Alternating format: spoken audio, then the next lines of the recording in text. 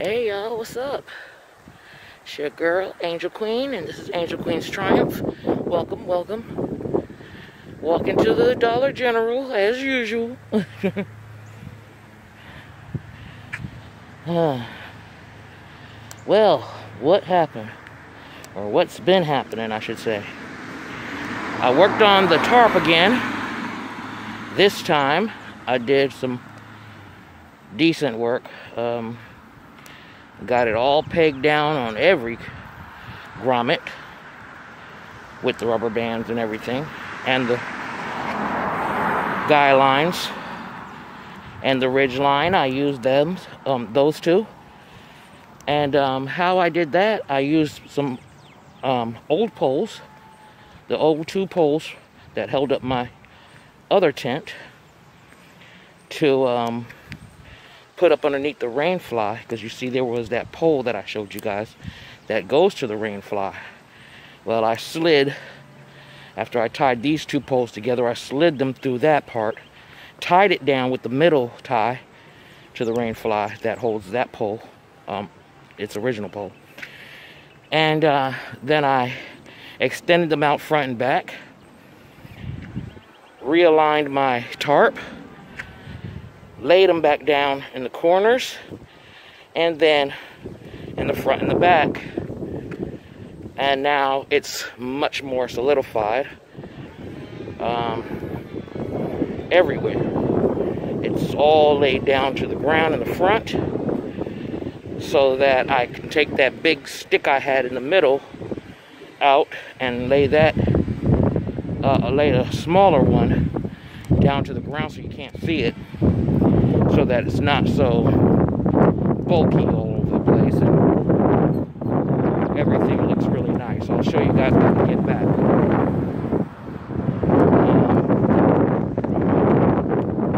So last night I tossed and turned. I didn't stay in the tarp. I didn't stay in the tent.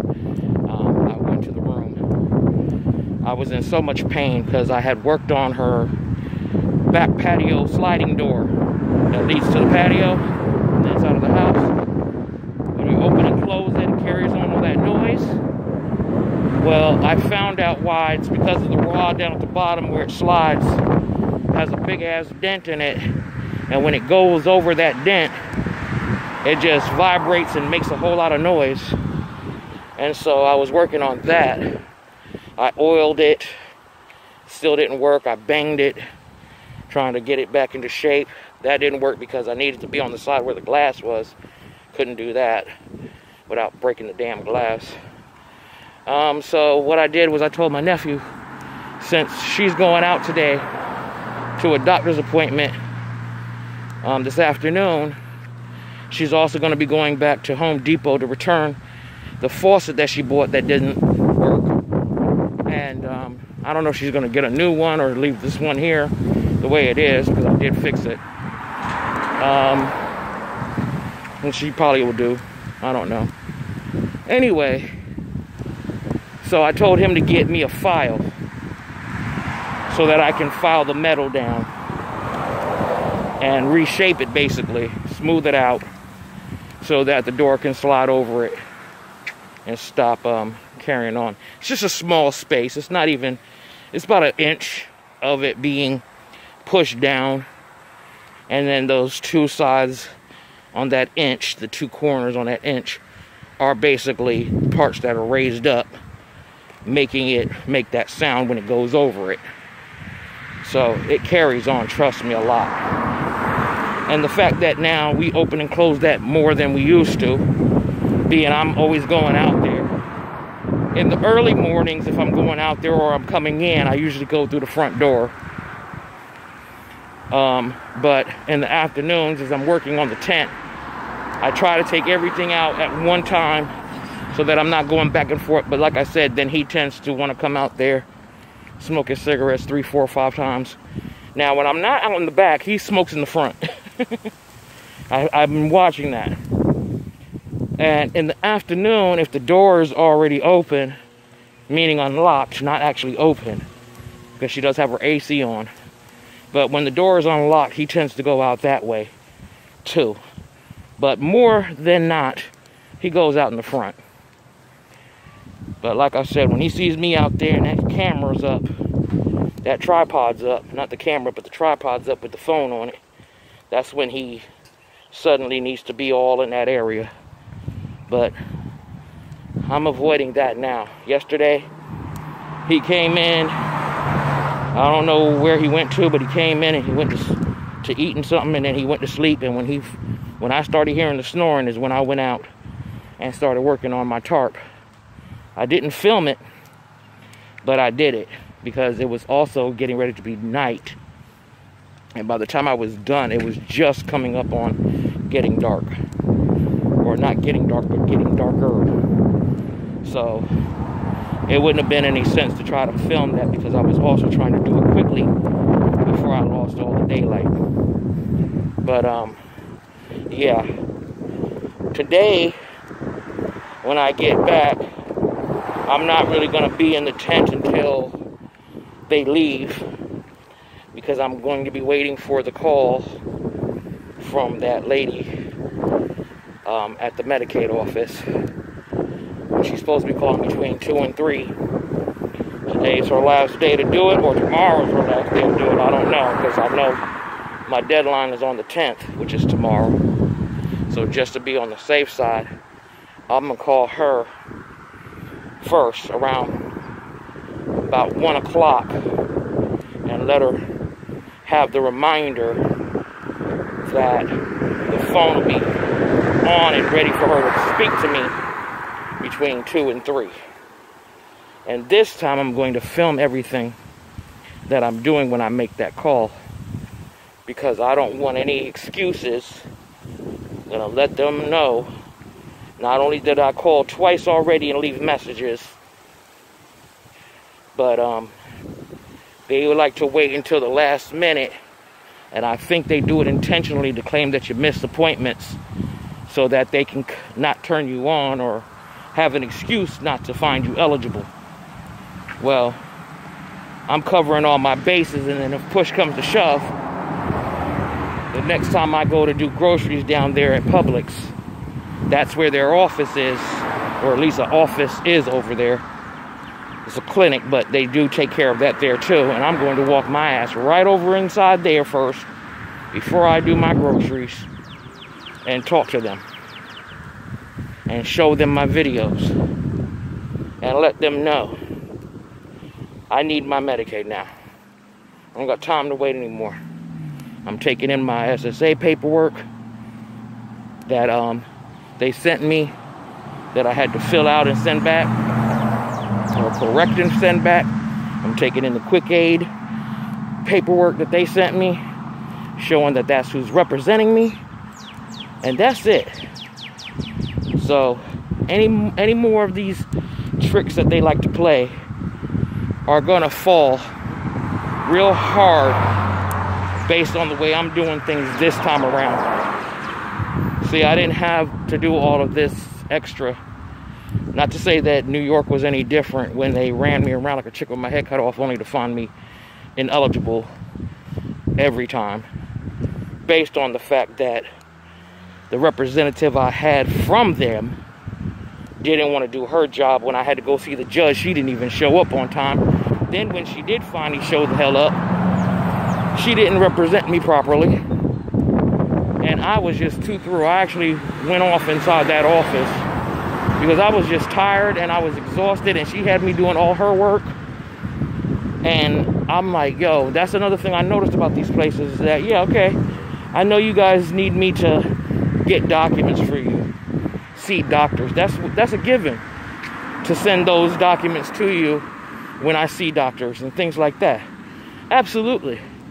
But when you start adding in me having to represent myself as opposed to you representing me, which is your job, that's where the problem comes in.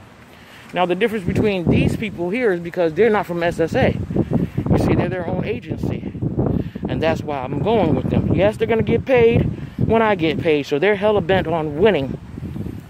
And so I know I have to get them paperwork so that they can put in new paperwork. That's another thing, is I don't want anything being done with any old doctors that I've previously seen. I don't want anybody from Tradition to see me, because they've been screwing me when I had to do everything the last time. So I'm not going to have that problem again this time around. I'm not. I'm putting everything into play the way I'm doing it. Unfortunately, it has to be done this way because these people really don't want to give you anything. They don't want to help you out here. Florida is just notorious for not wanting to help anybody with anything, medical or otherwise. I'm at the store now, so I'll continue when I'm on my way back out.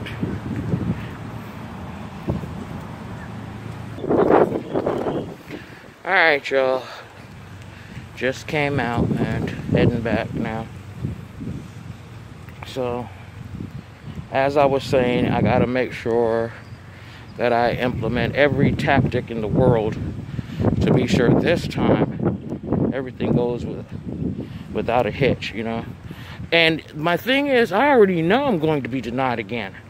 You know, that's cool because that's what they say. They're going to deny you all of 3 times. The 3rd time is when you do the appeal. You see, you do the hearing. And that's where Quick Aid is going to come in. With everything that they've collected from me, all of the documentation that's needed, all of the proof. And that's when we go to court and they solidify everything for me. And that's how I'll win this case. Different from how the other case went. Now, it's not a guarantee that if I have everything and they present everything, that I'll be denied even a second time. They might find me eligible permanently based on the fact that not only did my heart condition last more than a year and can lead to death, just because I'm not wearing the life vest didn't stop my heart from going through the problems. But once again, those doctors they were sending me to that I was going to via through Tradition, which hasn't gotten any of their bills paid except for like a couple of them. And I think that's the reason why. And cardiology consultant damn sure didn't get anything at all. But I think that's the reason why they did the things that they did. Like, for instance, using an old diagnosis for my condition with my heart as opposed to the new diagnosis. So what basically happened is your heart has to be at 35% pumping capacity. That's where it's got to be. Mine went up to 40 the first time, so it got pretty decent. It was good, you know. The 35 is the minimum. Anything below that, you're in real serious trouble. So it went up to 40 the first time. No, I'm sorry, it went up to 50 the first time. It went up to 50 the first time. Then the second time I went back, it went down to 40. And instead of showing that, she decides to use the old information where it had went up to 50. Instead of showing that it was declining rapidly, she uses the one where it was at 50%, which is really, really good. And that's the reason why they looked at that. And on top of that, then the worker for the Social Security Administration that I had, the so-called representative, which was the same person doing my casework, decides that she's going to wait and keep on canceling every appointment I say I'm willing to go to. Then I told her I needed to have a ride to the appointments, and she's telling me she's going to get me a cab.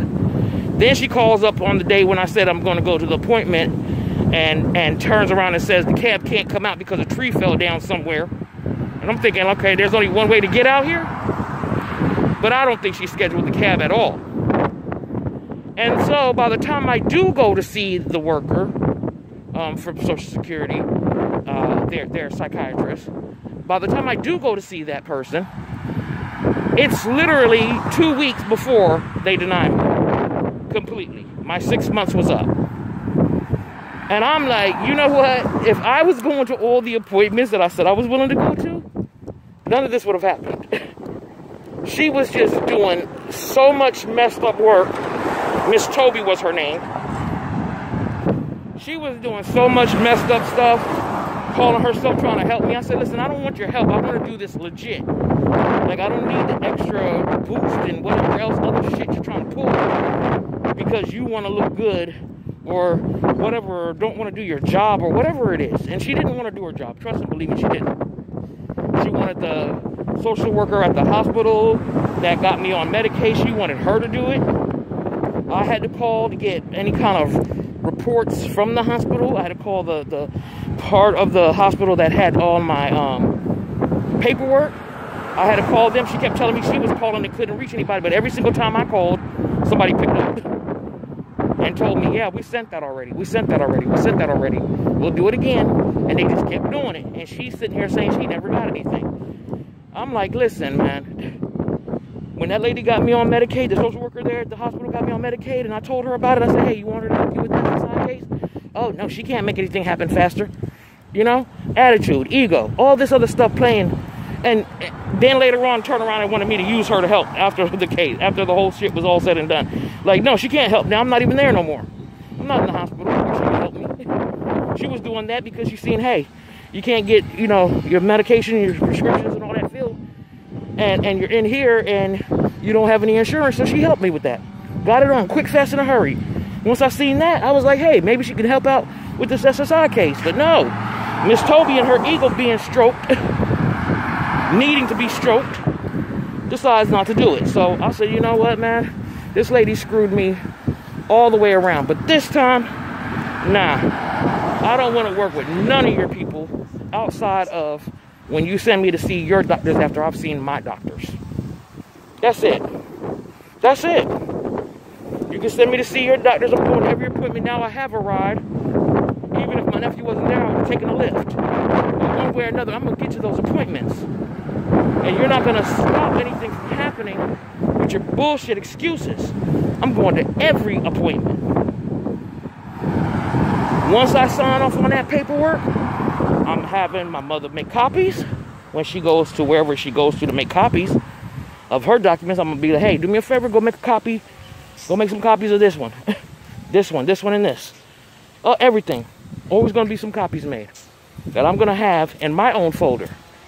So that when I go to see them, if push comes to shove and I have to do an appeal, not only is the representative at Quick Aid going to have all of the documents, I'm going to have a copy of everything as well.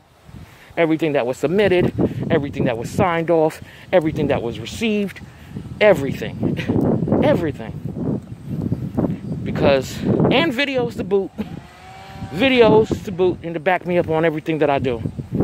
Because that's also the proof in the pudding right there. Is when you have videos, that's better than anything signed, any copies.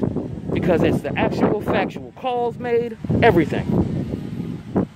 Conversations had on speakerphone. I'm not doing this game. I'm not doing this game the same. I'm just not. I see out here you have to think outside the box with these people. Because they will come up with every and any excuse not to help you. They don't care. That's the bottom line.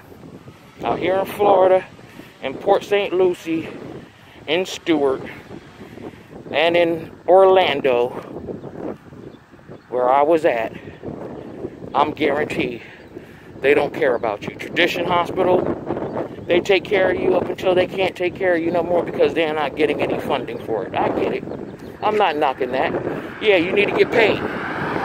You're using your equipment and stuff. You're using your medicines and stuff on me. I know. You need your money. I'm taking up a bed. You're putting me upstairs and admitting. So, you know what I start doing? I leave. You're not putting me upstairs in admittance.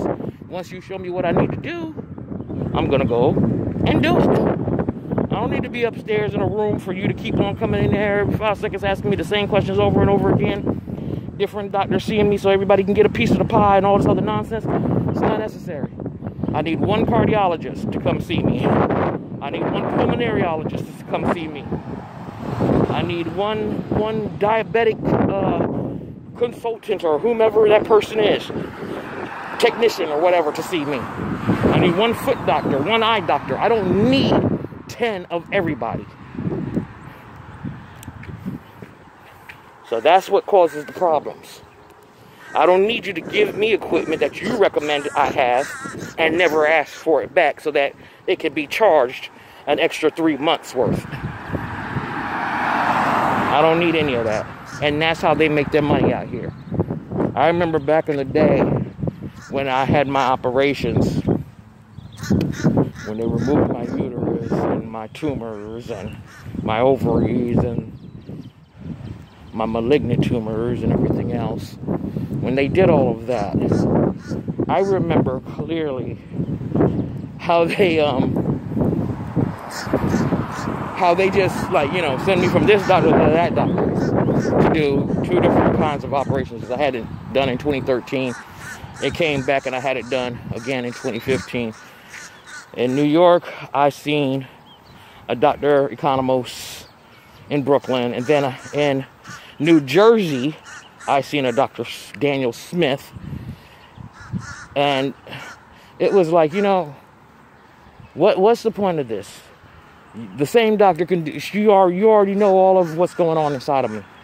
Well, I need to go somewhere else, to a whole other state, because that's technically still another state. It's New Jersey, to have something done, and I'm right next door to Brooklyn. I'm living in Brooklyn. I'm right next door to the Brooklyn hospital that I went to. It wasn't Brooklyn Hospital, but the Brooklyn hospital that I went to. So why do I have to go to New Jersey? I actually had to move out there. So it's like, you know, everybody has to get a piece of the pie. Everybody has to get, oh, it's a friend of mine. Okay, that's nice. So what's that got to do with me? Like, get the job done, man. Stop all this trying to get money from people. They used to give me mad freaking Percocets. You know what I'm saying? Gave me 300 Percocets, and before I could finish that, I'm getting another 300 within a month. And I'm thinking, I don't need all these Percocets. You know what I'm saying? Like, you guys are just trying to help the pharmacy, right? I know. Everything was a money-making thing, and that now, all of a sudden, you can't get Percocets to save your life. They want to give you 7 pills. Tell you that should last you a week. No prescription for it. Just, they give it to you. Well, they give you a prescription. You get it filled right there inside the hospital downstairs now in the pharmacy. And it's like, you know, what's the point? What's the point of that? That's what I want to know. What's the point of that?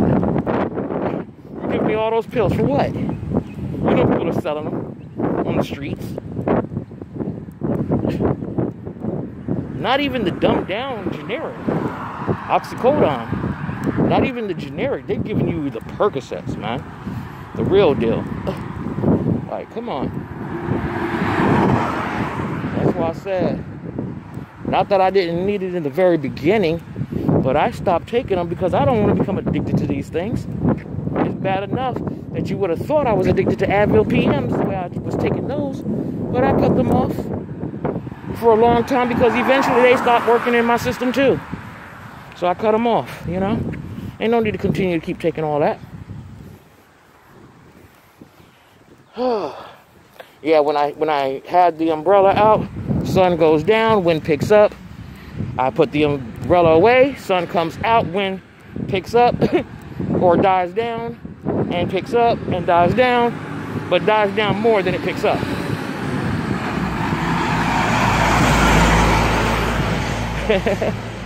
I told you, you can tell when the devil is pissed off that you decide to go back to God.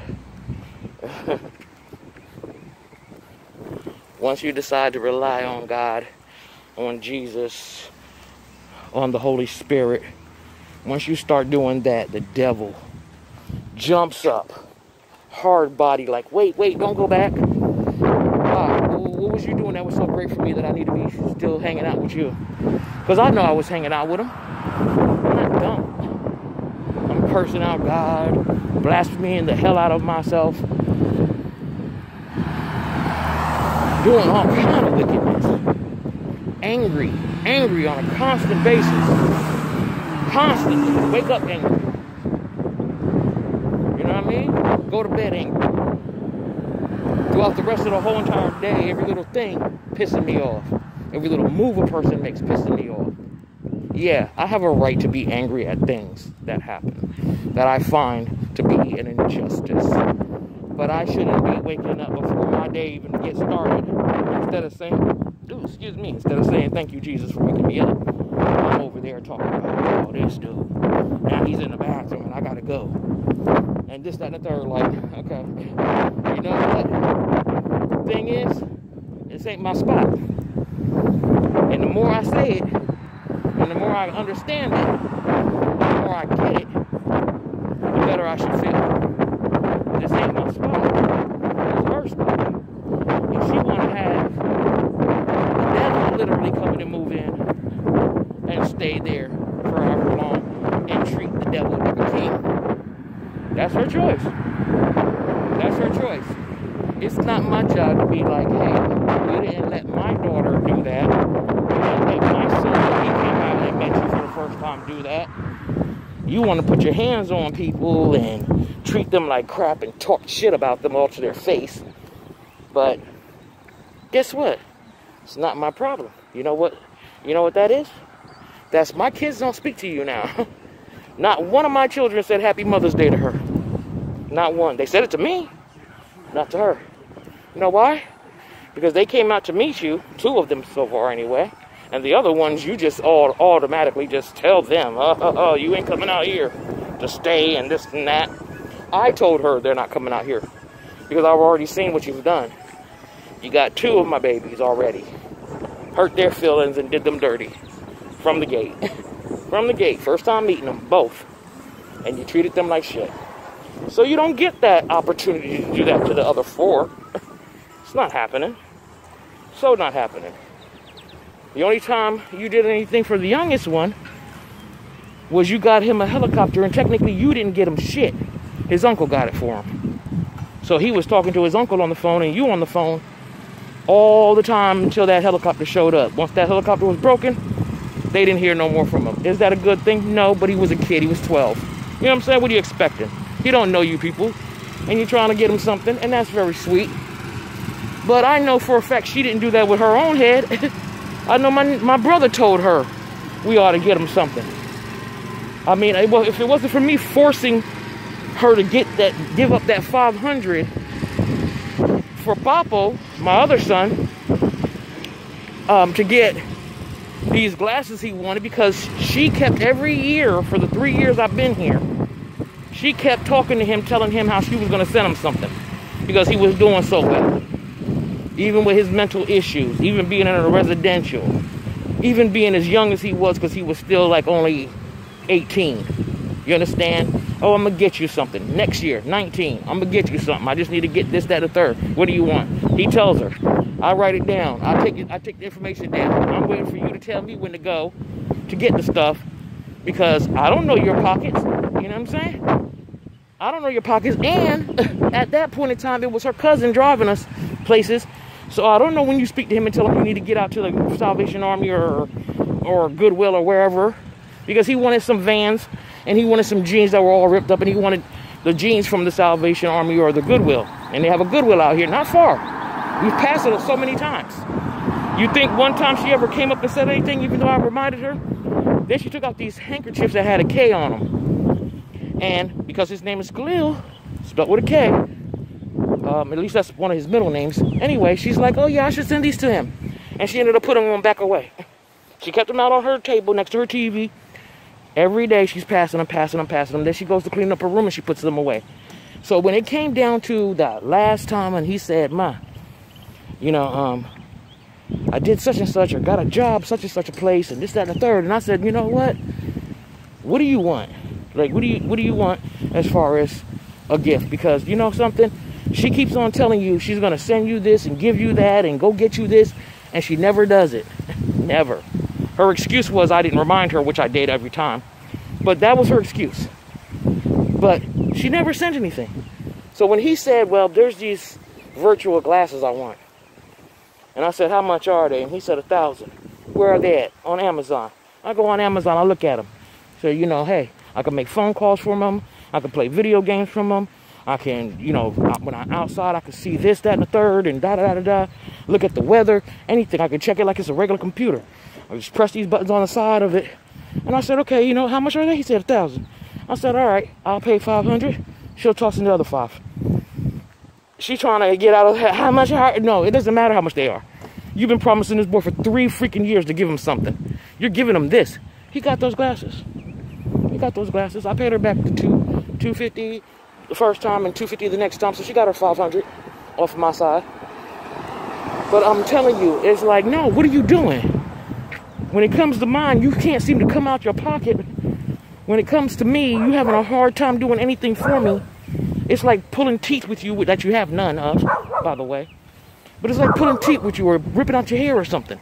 As much as I do for you physically, come on, man. Get out of here with that. And still do. And still do. So I had a reason to be angry. I had a big-ass reason to be angry. Anybody would be. But what I don't have a reason to do to myself is keep damaging me based on this anger. Oh, it affects her. Oh, yes, it affects her. It even affects him when I'm angry. Because I go off on him. I know her stress level goes up. Her blood pressure skyrockets. But the point is, if you weren't in so much denial and accepted the fact that you did do all these things, which, of course, this last time, when we really got into it, and I had to really seriously break it down on a whole nother level for her. The reason nobody's around. The reason you don't have nobody, because I'm trying to tell you that sooner or later you are going to die, which pissed her off. Because narcissists do not know that they're going to die. In their mind, they're not. They're immortal. But I killed that. I killed that whole dream. You're going to get a will.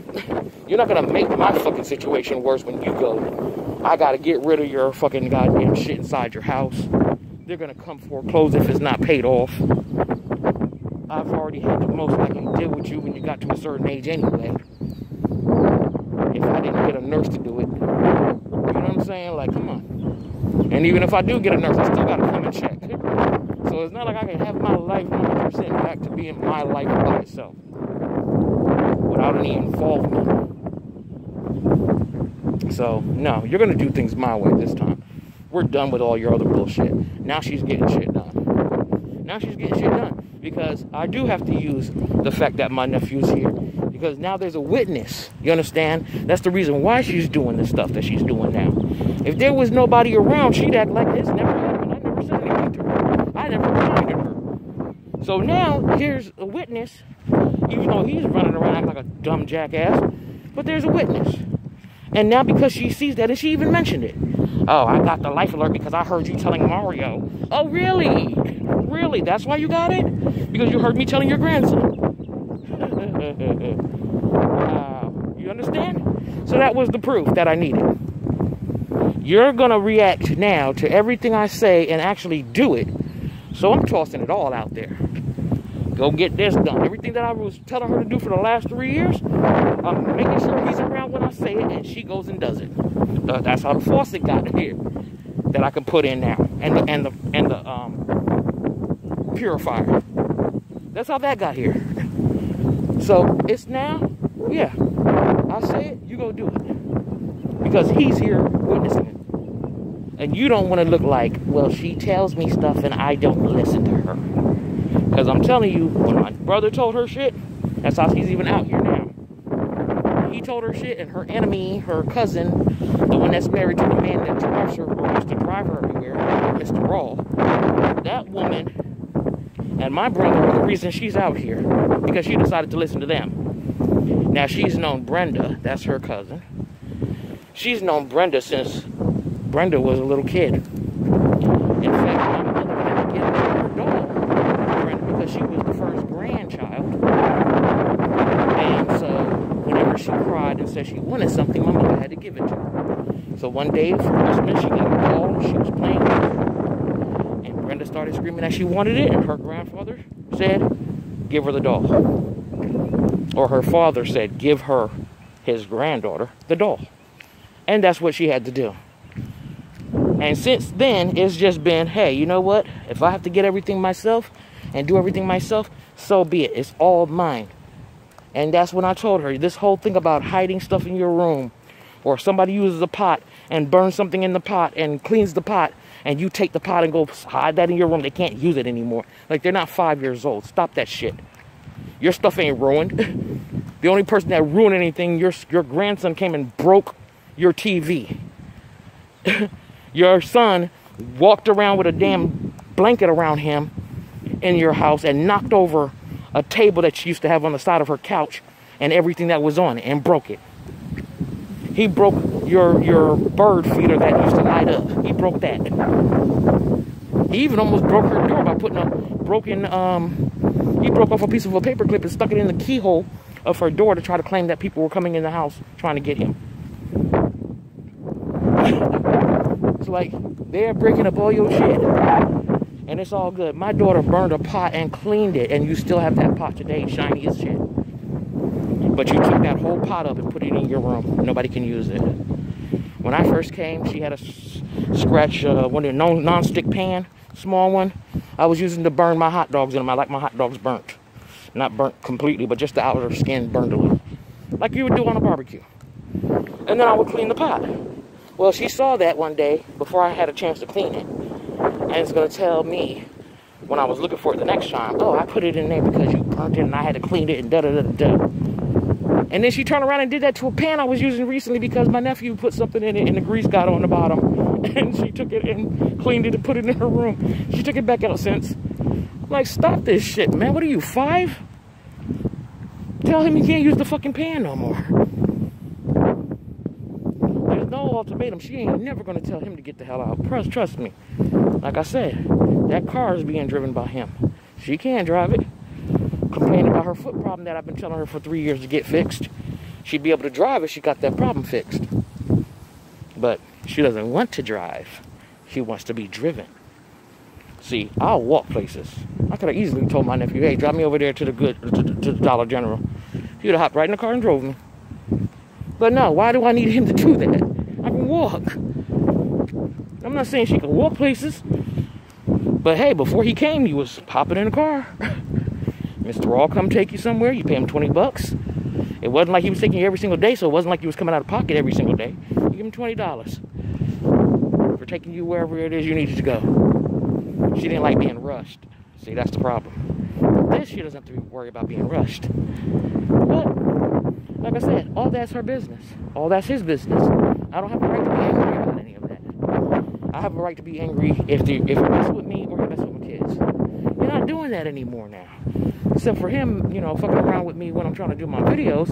Nothing else is happening. I took all my stuff out the bathroom, packed it all away.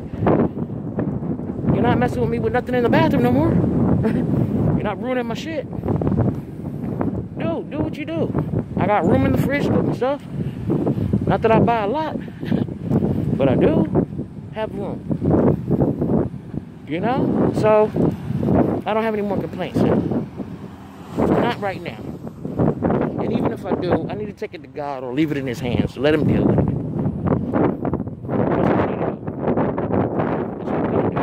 Alright, I'm going to walk you guys, because I'm back. I'm going to walk you guys to the back and she'll walk you around the tent so you can see the work I did. The change that I made. And then we're going to go inside and make a first phone call to this lady to be sure that she calls me on time.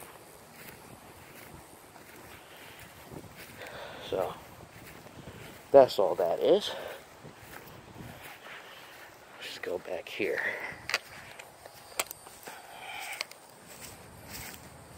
And hopefully you guys will see everything. And hopefully he ain't back here smoking. No, he ain't back here. And I'm doing it this way so that they don't even know I'm back if they don't see me. Alright. Gotta put the umbrella in here anyway. Alright, so you see? No stick in the middle. Now. Got it pegged down better.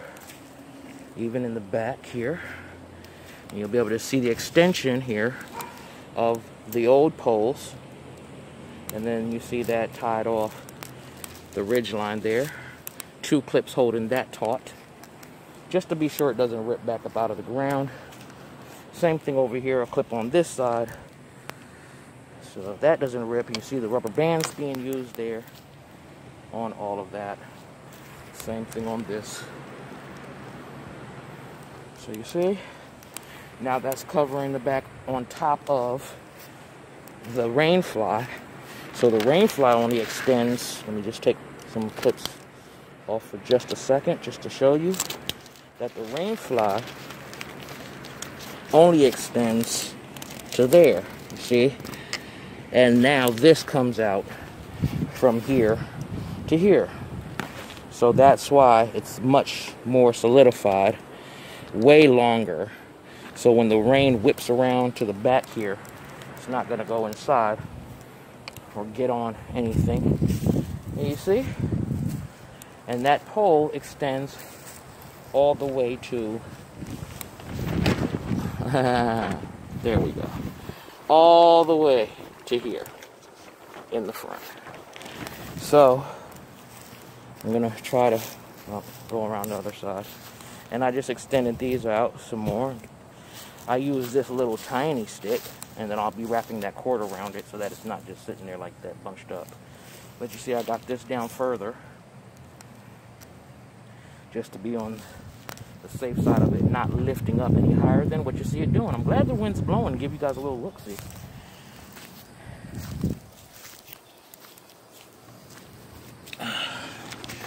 So we're gonna come up underneath here for just a second. You can see how I have it extended out, like so. And that's the top one. So it's 2 poles. And that way, when it does lay down, it rests on this pole here. And while it's up on that pole there. And then that's all the way up underneath the rain fly and tied over there in the middle. So you see, by the way, I also put in some cardboard. I should have taken my book bag off. Okay. Also put in some cardboard underneath my makeshift bed here, under 2 layers, so that it's firmer. I haven't even slept on it yet, but I'll let you guys take a look, see real quick, and then we're gonna end this video for the day. All right, so under here, under 2 layers, is cardboard. You see? And then I have that one layer underneath that part there. Okay? So now that should be much firmer. I also have it elevated up at the top here, and it extends to the bottom so I can rest my feet on that. And my bed is good. Oh, I was supposed to put the umbrella away. And my bed is good now. So when I'm on that tonight, the firmness should be way better, and it should alleviate the pain I get in my back, in my lower back. But that's it, guys. That's the work that's been done. All right. Oh, you popped up out of here on purpose, huh? You wanted to show off? It's all right. I don't care. I'll have to bring that down further so that this will stay in the ground. It's just because the ground is so soft over here, but it doesn't even matter if it comes up because this is totally down here. This is down. This is down for the count. Trust and believe that. So this kit just rips out of the ground because the ground is so damn soft. So I'm just gonna bring this down to about here and clamp that. Clamp that into place on that part. What is going on here? Alright, try that again. Alright. Here we go. Clamp it down like that further so that can stop. It's probably when I lifted it up it pulled out. That's all. But it should be good now. Yeah, that's better. So I can lift it up and it's staying. But just as long as I have a way to get underneath there and inside, I'm good. Alright, let's take our asses inside now. That's it, guys. So this is the work that's been done. And now that big stick isn't sitting there making it look horrible. and you really can't see the line here. They need to walk around that in order not to trip too. So you can see that orange there. Hopefully she'll notice to walk around that because she already has to walk over that cord. But I'm going to make sure that she sees that there and knows to step over it. Or not to even come anywhere near it, just walk around and go to the compost bin. But she rarely throws out anything anymore out there. I usually do it or he does it. But yeah, that's the whole makeup, guys. That's the whole deal. All done. Nothing else needs to be tweaked or worked with. The rain should be able to fall right off of that. Everything's at a good slant. So the rain should just come away from the tent. The tan part on the outside is covered on both sides, so only the green is showing, and like I said before, that green has gotten wet and nothing has come through. So I don't care about the green showing, and it's actually covering half the green itself. As you can see, the green is very big. It's covering more than half actually. So we're good here. We're good here. As long as everything falls off, we don't have any worries. I'm not worried about that vent there because it's pulled out. So when the rain does come on that, it'll drip off that too.